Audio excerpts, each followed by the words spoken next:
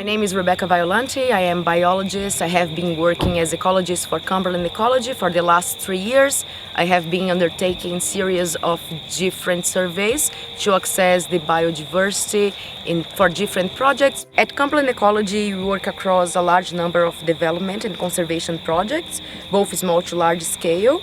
It ranges from residential and commercial developments to renewable energy projects and conservation sites.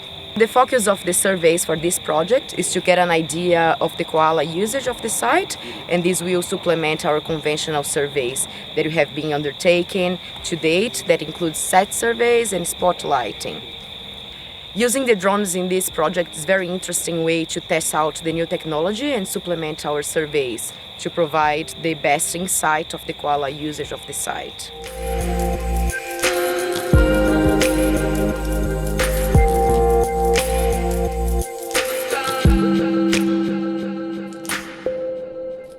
My name's Jamie Holyoak.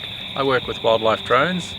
I'm a chief remote pilot for Saunders Happel Group, and I've been spotting koalas with drones since 2016. From my own perspective, flying this site has been great because it's an active cattle property. You know, there's a lot of livestock here. There's horses, there's goats, there's cows, sheep, you know, there's everything. And then we're spotting the wildlife as well. So we've seen wallabies, kangaroos, gliders, flying foxes, all sorts of things.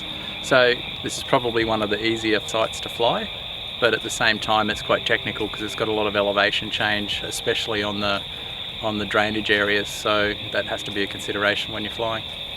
So flying with wildlife drones so far, it's been a great relationship. We've flown everywhere from, you know, in Queensland, Western New South Wales, coastal New South Wales, you know, down here in Sydney, all over the place.